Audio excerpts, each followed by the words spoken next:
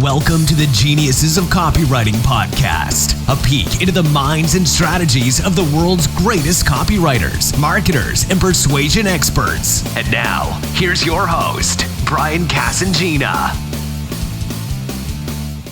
Hey guys, welcome back to the Geniuses of Copywriting podcast. I'm really excited today because I've got a guy on the call who is really somebody who I've been following for a little while, but he's had some massive success, and he's a really, well, I don't want to say that you're an up-and-coming copywriter because you've been around for a while and you had some awesome results, which I'd love to hear more about. So Justin Goff, I'd really like to thank you for coming on the call today, man. Yeah, man. Great to be here. Yeah, thanks for that. Thanks for your time. So for those who are not familiar with you, and I guess you, the way that you work your email list, there'll be some out there. Can you tell us a bit about yourself? Yeah, so I definitely, I remained pretty underground for a long time. So I started copywriting, man, this was like back in 2010 or so. I was kind of doing affiliate marketing before that. And then I transferred, I was in the poker niche back when the poker boom was really big. I was doing affiliate stuff there. And then that kind of fell apart and I decided to get into health and fitness. And this was kind of a time when paleo and CrossFit, I kind of saw that like this was going to be a big thing. So it was like I said, 2009 or so. That kind of boomed in like, I don't know, probably like 2013 or so. Yeah. But I got on that before that and had a product that I made on ClickBank that I wrote all the copy, I did all the upsells, did all the traffic buying. Basically it took me about 2 months to get it dialed in. And within 2 months, I went from literally nothing, couldn't do a damn thing. I was actually almost like broke. Yeah. And thinking about moving back in with my parents to turning this offer around where I made like $100,000 in profit in like 3 months. Wow. And that was kind of the start. And that product took off over the year. Did really well that year. That kind of was like my first, I would say, like big hit copywriting wise. But yeah, that's kind of how I got into it. Then I did a little freelancing, and then a couple of years ago, I started a supplement company called Patriot Health Alliance. And me and my partner Alan Baylor, who also runs Fort Patriots, which is like the big survival brand, we grew that from 0 to $23 million in about 2.5 years. And then just back in 2017, I wound up selling my share of that back to him.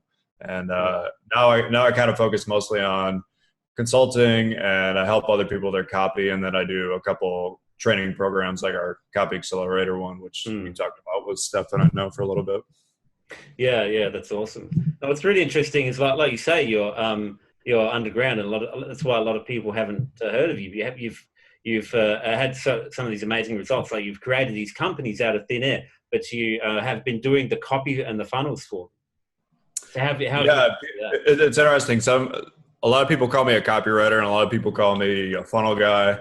I've kind of realized for copy, you're not allowed available to hire for copywriting. I've kind of realized my main specialty is really just helping people make offers work on cold traffic. Yeah. That's really what it boils down to. That's what all my clients want, because they know as soon as they can make an offer work on cold traffic, it's like printing money. When you can bring in 500 or 1,000 new customers a day, like that just creates everything that kind of runs the business. That took me a while to learn too. Like I remember just dicking around so much with like my products and focusing on things that didn't really matter. And then one day when Patriot Power Greens, which was our big hit, really took off, it kind of went from, we were doing like 20 or 30 sales a day. And then like we started like really dialing it in. We had like, we did most of like email stuff with it. And we got it to the point where it was doing 600, 700 sales a day. And I just noticed how much revenue or profit we were bringing in, because our back end was already pretty dialed in.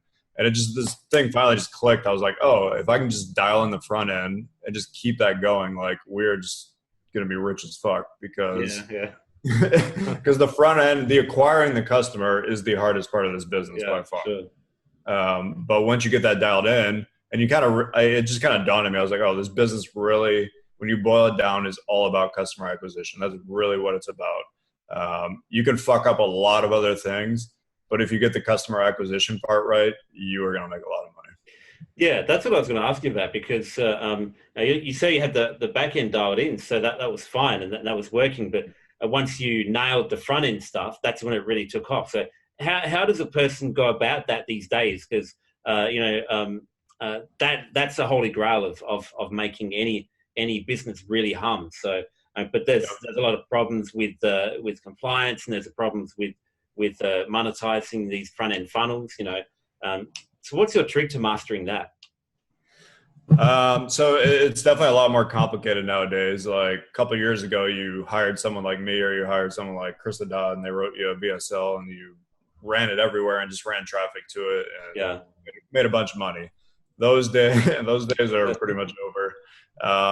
Nowadays, with all the clients I work with, it's mostly almost reverse engineering stuff. So it's like, okay, we want to scale on Facebook. What can we put on Facebook that Facebook is going to be okay with, that they're not going to like slap compliance wise? And that's from like an offer standpoint, from a copy standpoint, from everything. And it's like, okay, then what can we sell as an upsell to it? Can we, if there's not, like, I've seen great products where I'm like, there's not really a good upsell that naturally fits with this that I know is going to convert at higher than 20% at a good average order value. So like, I won't even do that product, because I'm like, if that first upsell is not like kicking ass, like this is never going to be able to scale. So yeah, a lot of it really starts with almost reverse engineering and seeing what's already working. That's step one. Figure out what's already working for other people, and then trying to figure out what you can actually do that Facebook is okay with. Because like, I'll give you a good example. So like, if you're trying to do a diet program, Facebook looks very skeptically at that. People do it. I know I have a bunch of people that I'm friends with, or people that have been to my events that have showed kind of how they're making that work. But then I have friends like my buddy Dave Sinek, who does cookbooks in the paleo niche. Facebook looks at a cookbook very, very differently than they look at a diet program. And the ability for them to scale like a paleo cookbook or a keto cookbook is a lot easier than the ability to scale a diet product, because Facebook, just like I said, they look at them very differently. One's like weight loss, which is probably the most scrutinized niche there is, and the other one's kind of like, oh, old lady buying a cookbook. Like, strange. Is that really the key? The other part about the upsells, I'm really interested to dive into with you as well, if you can. But is that really the main key? Is that something that's really changed over the last few years? Like the old principles of copywriting, and I've read this about this in your email newsletters, which is one of the few that I take time to read. So this is what I've been taught over the last 15 years of writing copy, is exactly the kind of stuff which is now getting banned from Facebook and all the platforms. Is that a fair comment to say that's changed a lot? Yeah, definitely. And especially in the last 6 months or so. So yeah, I did a big email to my list about this, how copywriting in 2019 is not about writing the most persuasive copy and writing what you want. It's about writing for compliance on the networks.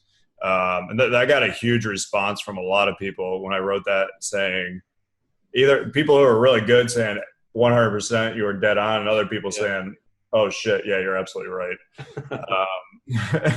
Because the thing is, like, you can actually write something that's legally compliant for Facebook, and they'll still ban it because like it's in a format they don't like, or the video's too long and they don't like you got to think of it almost from like the compliance people, like the people who are approving and disapproving ads on Facebook are people who are making like $10 an hour. And like my friend Emily, who has a really popular product that runs well on Facebook, one of the compliance people like saw her VSL and they're just like, why are you talking on this video for 45 minutes? Like, people don't want to see it. And that was literally like the reason for disapproving it.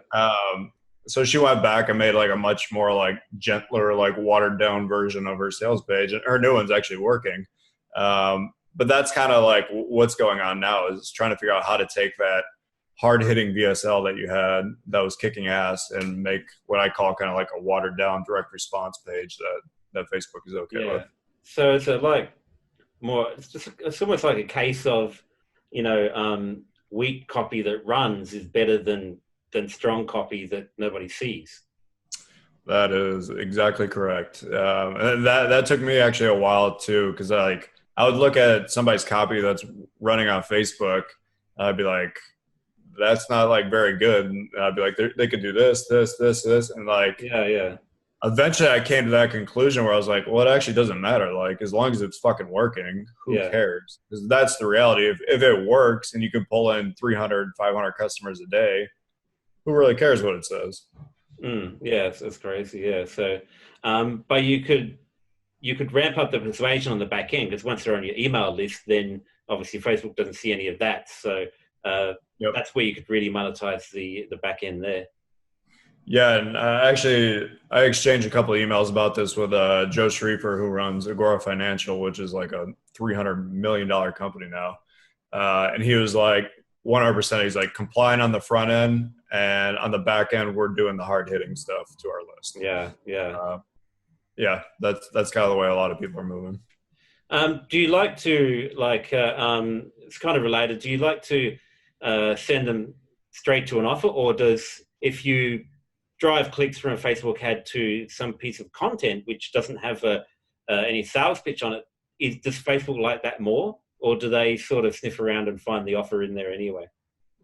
It depends. They are getting much more in depth. So this was actually surprising to me. So one of the guys who was at at an event in October, a high-end, like $25,000 Beat Your Control event, and one of the guys there, Matt Harmon, who is really, really good with Facebook ads, kind of shocked me. He was like, Facebook now is actually going through every page of like your funnel.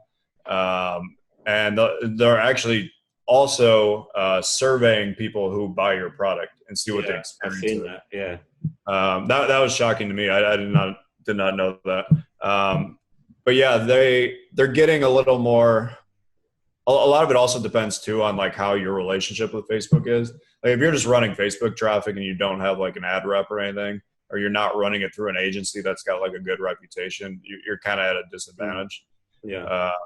Because if you can talk directly to them, you got a much better chance of like, okay, we know you're a good company, and you can do this. Like you kind of look at stuff like Beachbody. Beachbody gets away with shit that like internet marketers can never do, because Beachbody's a trusted brand. And that's kind of why there's a ton of power in building like a real brand, because like I said, they'll let you run stuff that your average internet marketer can't run. Yeah. So that's really the long game then, building up a brand which not only is valued by your customers, but also by the people who are allowing you to run your ads. Yep. Yeah. I mean, there's definitely been a much more of a focus on branding with direct response companies, I would say, in the last year, because they've realized this. Whether you're running on Facebook or Google or Taboola, whatever it is, having a recognizable brand definitely changes the game. Yeah, because I was writing copy for Mindvalley for about 3 years, and they were born on direct response over the last 10, 15 years, doing all the webinar opt-ins and all that kind of stuff. But the last few years, they've been really focused on the brand and dialing back the hypiness of the old stuff they used to have. And they spend a lot of money per month, 6 figures a month on ads. So they've obviously got the rep, and they've got the relationship with Facebook and that. But yeah, they're doing the same thing. Yep, makes sense. So once you get somebody, let's say you nail this part, which for me is still something I'm still trying to process, really, the fact that you have to water down this copy so much. So that's kind of thing that the old school copywriters like me who've been doing it for a long time, and you have as well, but it's something we've got to get over. So if we want to use these platforms, that's a really important point that you've made here on this call, which everybody kind of needs to get.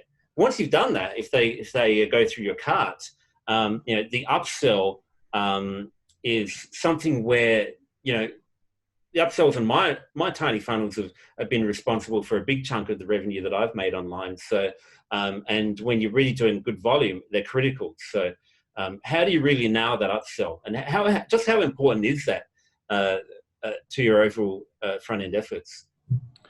Yeah, so I mean, the first upsell by far is the most important. That's going to make up like 80% of your actual upsell revenue right on the first upsell. I could tell you from working with, God, I don't know, probably 15 to 20 clients, and then probably closer to 40 if you count like people who are in my coaching programs who I help on their stuff. The biggest mistake people make with upsells is not really reverse engineering it and coming up with they make the product and they're like, okay, we have this product and this product, let's stick one of them on there as an upsell. And that's the complete wrong way to do it. Because the best upsells are always like really natural fits that blend with the front end. So I'll give you an example. In our old company, we had a free plus shipping offer for our Patriot Power Green supplement. It's basically like $4 on the front end. You get like 7 little sample packs of it. And then the first upsell, we sold them the big full-size canisters of it. That's a super natural flow where it's like, yo, you just bought the samples. Do you want to buy more of the big ones? And that crushes. So trying to figure out a way where you can get a really natural flow. So like you'll see people who do this and so let's say somebody in BizOp who has like a Facebook ads course. They'll do a Facebook ads course and then their first upsell will be like, why don't you get my Twitter ads course or something? The reality is like that guy who bought the Facebook ads course is interested in Facebook ads. Like Twitter has nothing to do with it. He'd be much better doing some type of like in-depth like masterclass on Facebook or like the advanced version of the Facebook course, stuff like that, instead of going completely different direction. Because the last product that I created was some copywriting templates, and the upsell that I created for that was me doing some video walkthroughs of how to use all the templates. So that's always got a very high take rate on that product as well. So that seemed natural for me to create that product when I already had the first one, which was just the text files. You know, it's much better to actually have the video walkthrough. So that seemed natural to me. Yep. Yeah, that's kind of the idea. I would say the two overall things I always go for with upsells is one, selling them kind of more of what they just bought, like especially if you're doing physical products, like you're giving them a thing of survival food on the front end, sell them a bigger 3-month supply of it as the upsell. And then the second one is basically trying to sell them something that makes it work faster. So whatever they bought on the front end, here's how to make it work faster, or here's how to do it like more done for you so you don't have to do anything. Stuff like that. Like those are kind of the main ways I kind of look at upsells. Yeah, because I've seen so many examples. You buy some kind of marketing or copywriting course and the upsell is like a traffic course. I'm driving paid traffic or something. So that's probably not really natural enough. It is another step in the marketing funnel, because that's obviously why they put it there. But is that not really the sort of thing that that is the best upsell? Yeah, so I mean, you look at something like Agora. Agora sells financial newsletters. You buy the newsletter on the front end for $39 or whatever it is. Instead of trying to sell you other newsletters or other books as the first upsell is a year or a lifetime subscription to that newsletter. So something that you just paid $39 for, they're like, hey, we'll send it to you for the rest of your life. And I can't remember what they charge, maybe like $200 or something. And that gets that's the best upsell they've ever found. And they just literally every Agora imprint division, there's like hundreds of them, models that exact same model because it just works nonstop. And that's kind of one of the cool things with upsells. Once you find something that works, like if you're in the supplement business, you find out this offer works, you can just replicate it over and over and over again. Yeah, that's the key as well, not to reinvent the wheel each time. Yeah. So so do you like to have 3 or 4 upsells? Is one usually good enough? So I would say it definitely depends. I'm a bigger fan of trying to get as much out of like 2 of them as possible, because obviously like upsells piss people off. It's not anything that's like fun. It's not a good customer experience, but it's the reality of you have to have it to make an offer work. Like a lot of the stuff that we used to do had two, and then pretty much everything always had downsells. That's kind of an area too where a lot of people leave a ton of money on the table. If you're not doing downsells, you're leaving pretty serious average order value on the table. Yeah. So it's at the same principle with downsells. You can't just have something completely unrelated. Yeah, I mean, the best downsells are always kind of offering them whatever you just offered them at either a cheaper price or monthly installment payments, or add like some extra bonuses to make the deal even better. All that kind of stuff. I see a lot of offers with, you've got on the sales page the pay in full button, and you've got like another button for payment plans. So is that a scenario where they're losing money because that could be a downsell, the payment plan?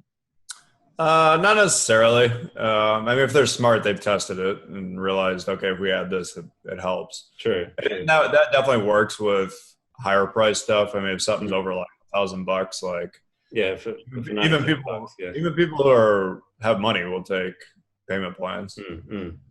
Yeah, and working with big clients like Mindvalley, there's always a certain percentage of payment plans that do fall through. So the full pay is always better, right. But payment plans do tend to increase sales a lot. But I was give you an example of that. So for the Copy Accelerator program that Stefan and I are doing, we actually were not going to offer payment plans at first, and then we kind of like thought about it, and I was like, yeah, we'll probably get a few more people to do it. It turns out like 80% of the people doing our program are doing the payment plans. And we give them a little, like if you pay up front, it's like, instead of being 18 grand a year, or it's like 18 grand a year if you pay up front. But if you pay on the payment plans, it's more like 21 and a half or so. Yeah. So they get a better deal if they pay up front. But like, yeah, I mean, it's still like a lot of very, very successful people are just like, yeah, I'll take the payments. So definitely works. Yeah, I've done that plenty of times myself, like with people like Todd Brown and that, if the payments are spread out over the whole year, it becomes like a membership, which is the other question that I wanted to ask you about upsells is about selling continuity programs as an upsell. I mean, we know it's hard as a front end product, but if someone buys a one-off product, is a continuity product a good upsell or downsell? So it's a murky answer. It depends. I personally don't have a lot of experience with doing them myself. I have a couple of people in my coaching programs who are doing them and doing well. The ones I've seen that work tend to be in pretty like passionate niches where people are going to stick. So I'll give you an example. One of the guys in one of my coaching programs, Caleb Osborne, is in a very specific, he's in the gun niche, but even a very specific part of the gun niche where like he literally sells products teaching people how to build like their own guns. Okay. Like you could build like an AR-15 on your own, but he sells products like that. So it's a very like hyper-focused niche.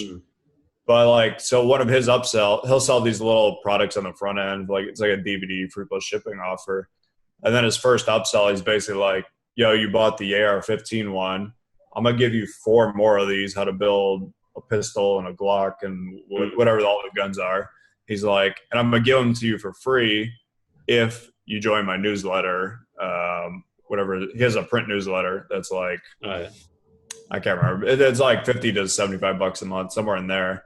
But like he crushes it with that because that's a pretty passionate niche where like once they start getting the newsletter, like they actually stick for 5 or 6 months, which you don't really see that kind of stuff.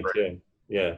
And most, like if you're in weight loss, nobody's fucking sticking for 6 months on it. Internet marketing would probably be the same, but definitely weight loss. You wouldn't like to rely on a continuity program. Yeah, I mean it's just tough in the niches where it's like such a just like instant buy where they're not really looking for anything. It's tough because like that weight loss person 3 weeks, they're going to be on, if they bought your keto book, like they're going to be on to something else. Yeah. They're not going to, and it's same with BizOp. If you got like real business owners, different story, but BizOp, kind of the same way. Yeah. It's a lot of money in BizOp, but there's always a good churn of new people coming in. Yep. So do you think that these niches that we've been talking about and the guidelines that you've given us today, is that like, are they like hard and fast things that you've proven over the last few years, which I know they are, but are those rules flexible, or even can they be broken with the right kind of marketing and the right kind of copy, or is this just the way it is? Which rules are you referring to? Like with the fact that weight loss is hard to sell a subscription, or things like that. No, they definitely can be broken. I'm much more a fan of like in that situation, I'm much more a fan of getting as much average order value up front as I can. Because when I get the money on day one, then I can make the media buying work a lot better.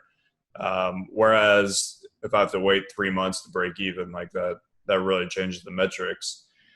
Yeah, I mean, they can be broken, definitely. I mean, some people, and it all depends on your business model. Like having a business model with a couple thousand newsletter subscribers paying you $50 a month, like, is a pretty damn cool business model because it's infinitely scalable.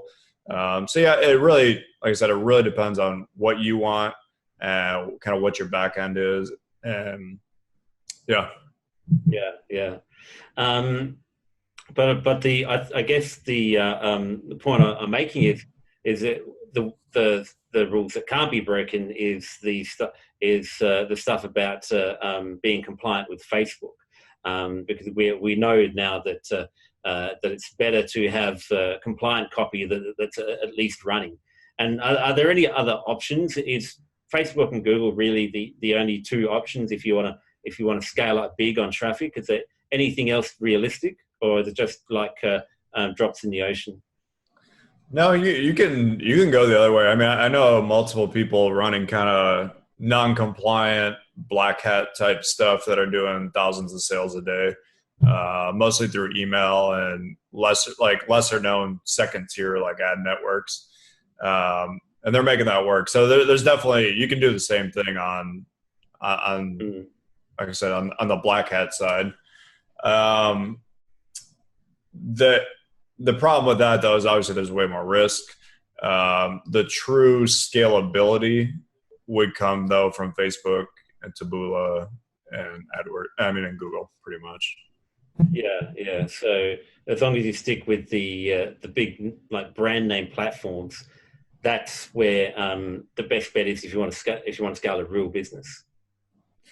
Yeah, and it depends too. Like if you're a solopreneur and it's just you and you're making 200 sales a day through email, like you might be happy with that because now you're making 6 figures and that's great. I mean, if you got a company that's $50 million company, it's like you can't just rely on one traffic source. It's true. That's kind of been one of the big shifts I've seen over the last 6 months, where everybody that was focusing on email and affiliates is really putting like all their eggs in the Facebook and Google display network. And trying to sell there. Yeah. And like, do you ever customize any parts of your funnels with different platforms, or is it just one size fits all?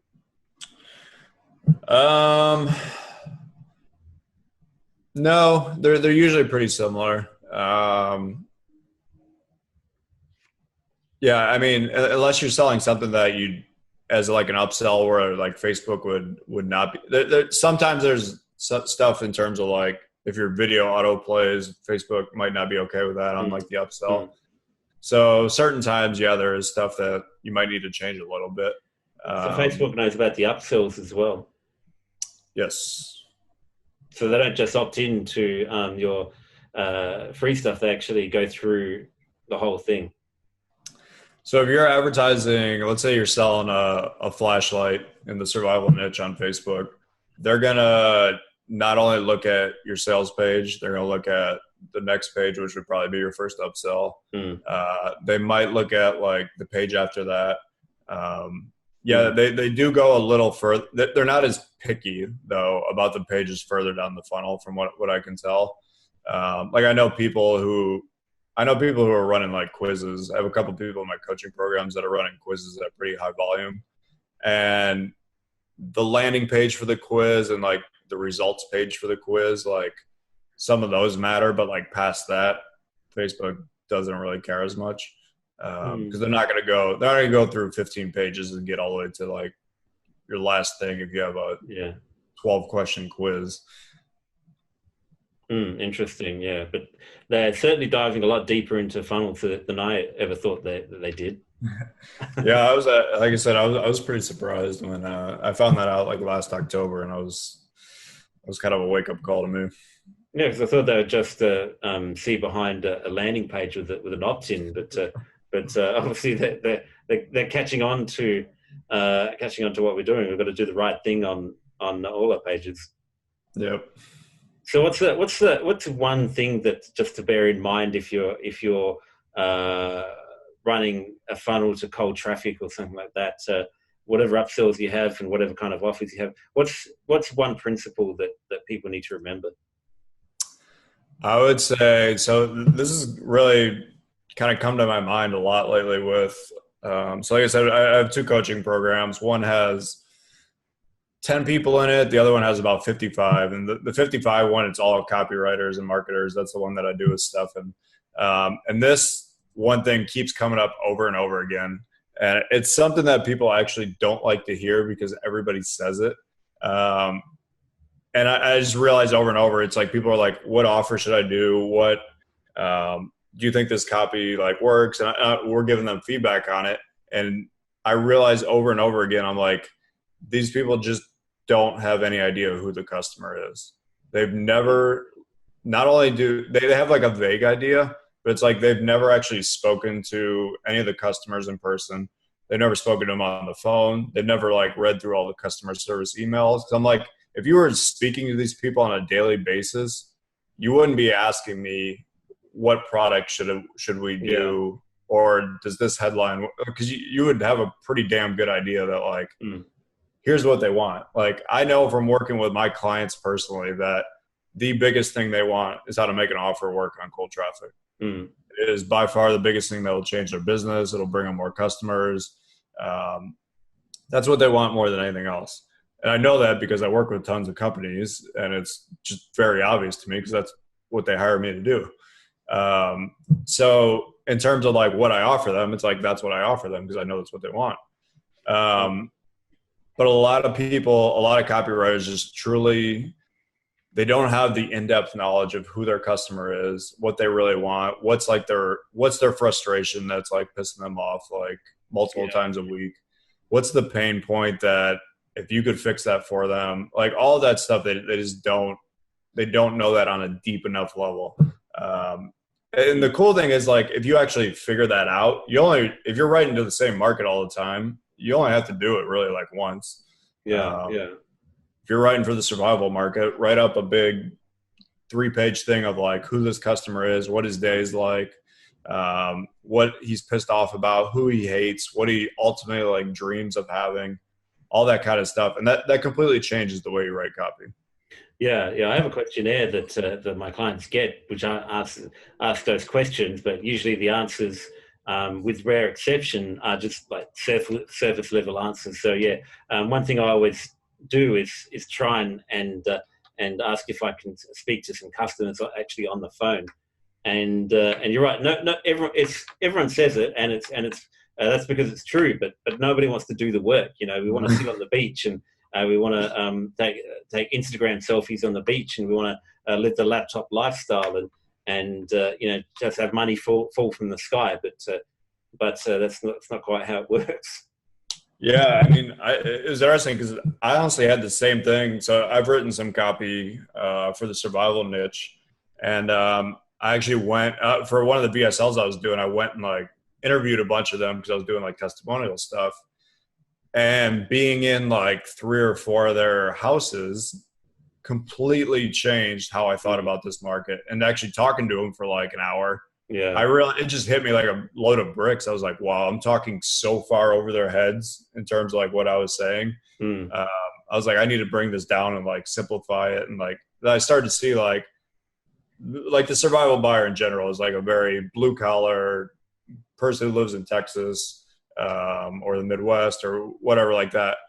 And I kind of was writing to a more higher end, like survival buyer, some guy who has investments and makes 200 grand a year, who's kind of more like a professional. Like there's slivers of that in the survival market, but the majority I'm like, is somebody buying a $1,500 generator and they might be living in a trailer home. So it's like, it's a very different buyer than what I had in my head. But like, actually, like I said, it doesn't take much. Like go talk to 3 or 4 of them and you'll be 100 times ahead of where you were if you didn't do it at all.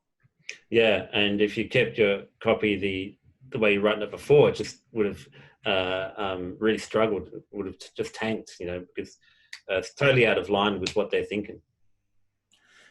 Yes. Yeah. It's very obvious too when someone doesn't have a deep knowledge of who that buyer is. The right copy, that's okay.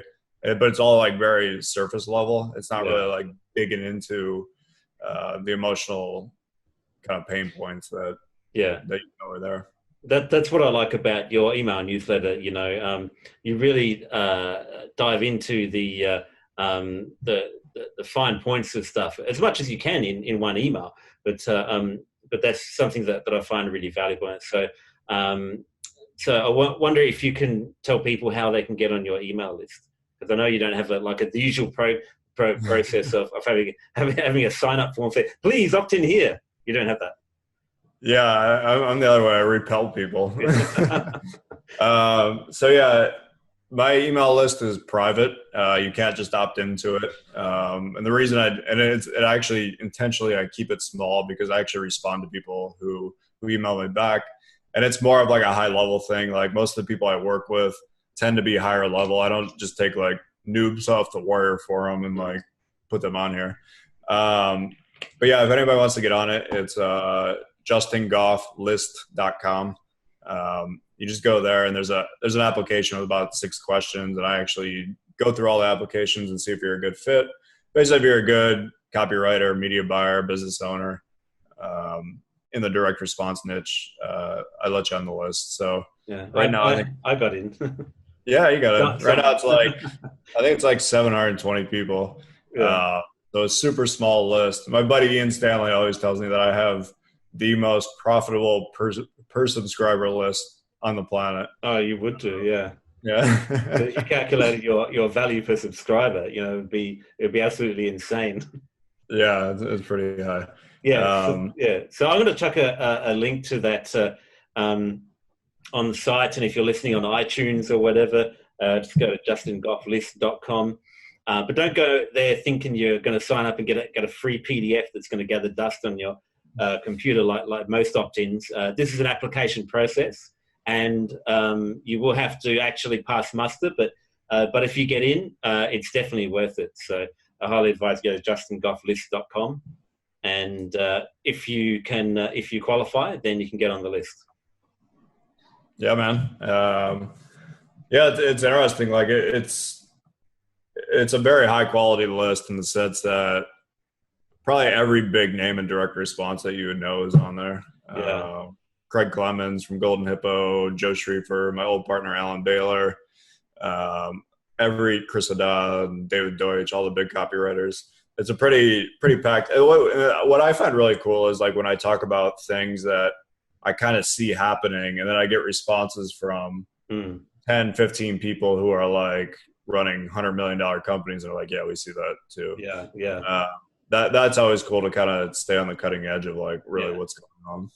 Yeah. And I wasn't just blowing smoke up your ass before. It really is one of the few email lists that I take time. When an email comes in, I sit down and read it, and it's always got something pretty valuable on it. So awesome. Thanks, man.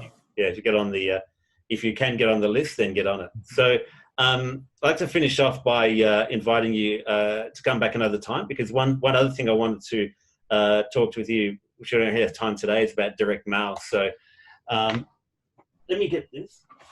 It's just out of reach. Here it is. So for those listening on iTunes, nice. I'm holding up Justin's awesome direct mail package, which is one of the things that he used to get people along to that big seminar that you ran.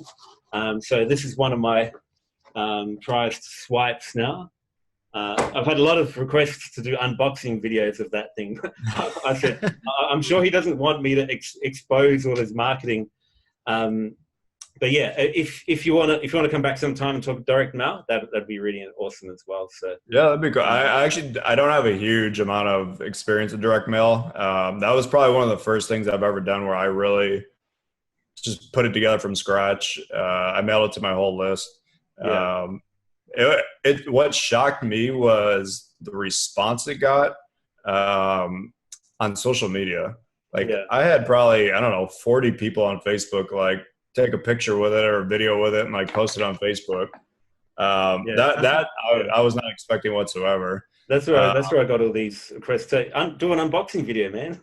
This is a guy's marketing pack here. I'm not going to show all of that, but yeah, it was interesting. Yeah, it did really well too. I mean, I think I had 21 people at that event. About 15 of them paid $25,000 to be there. And then the others were like, kind of like bring a partner for an extra $5,000. But yeah, for me, getting to a business owner, that worked a lot better than like a VSL because it completely changes how they perceive like the event. And, Yeah. I remember seeing people all over the world start to receive those because I'm obviously on my friends list. There's a lot of people on your email list, and then I got mine all the way over here in Bangkok, Thailand, and it was like one of the best. It's probably the best shock and awe package that I've received for many years, and no one does direct mail anymore anyway, but except for you. So that was good.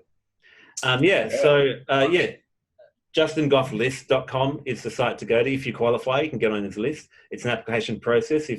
If you go there and check it out, and if you can get on the list, I highly advise it. It's very valuable. So thanks for coming on, Justin. I know your time's very valuable as well. So I appreciate you sharing all these insights with us. It's been really awesome. Awesome, man. Thanks for having me. Thanks, man. Thank you for listening to Geniuses of Copywriting with Brian Casangina. To get the full transcript and all the resources mentioned on today's show, go to www.geniusesofcopywriting.com now.